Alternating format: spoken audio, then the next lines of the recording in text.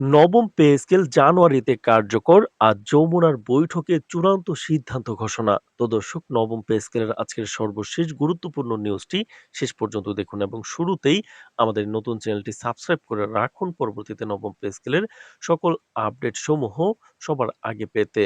তো দর্শক, দীর্ঘ প্রতীক্ষার পর অবশেষে দেশের সরকারি কর্মচারীদের জন্য সুখবর ঘোষণা করা হয়েছে।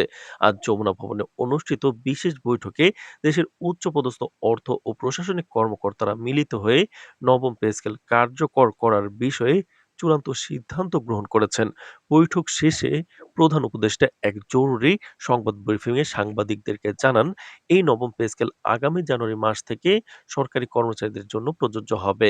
প্রধান উপদেষ্টা বৈঠকের ফলাফলের বিষয়ে বলেন, বর্তমান অর্থনৈতিক পরিস্থিতি এবং সরকারি কর্মচারীদের জীবন মান উন্নয়নের কথা বিবেচনা করে আমরা এই সিদ্ধান্তে পৌঁছেছি।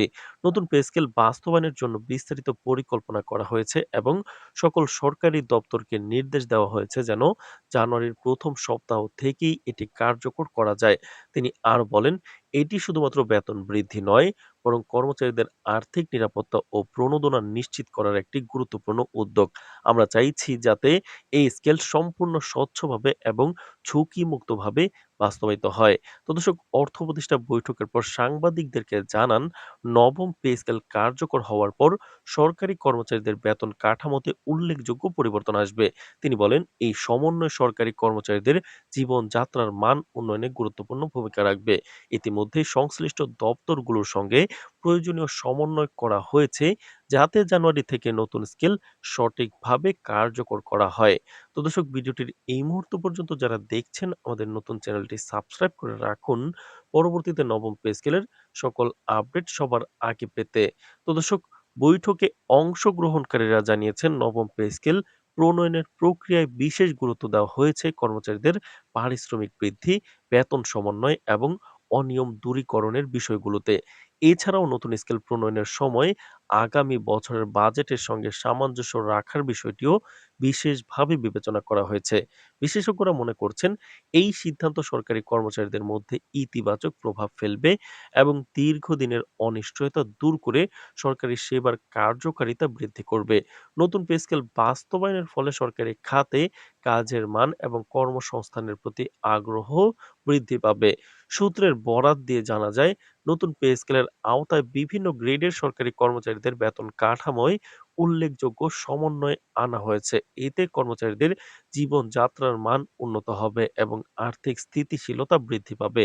সরকারের উচ্চপদস্থ কর্মকর্তারা জানিয়েছেন, জানুয়ারি মাস থেকেই পে স্কেল কার্যকর করার জন্য সকল প্রস্তুতি সম্পন্ন করা হয়েছে। নবম পে স্কেল নিয়ে সরকারি কর্মচারীরা দীর্ঘদিন ধরে অধীর আগ্রহে অপেক্ষা করছিলেন। আজকের চূড়ান্ত সিদ্ধান্তের পর তাদের মধ্যে আনন্দ ও স্বস্তির অনুভূতি লক্ষ্য করা গেছে।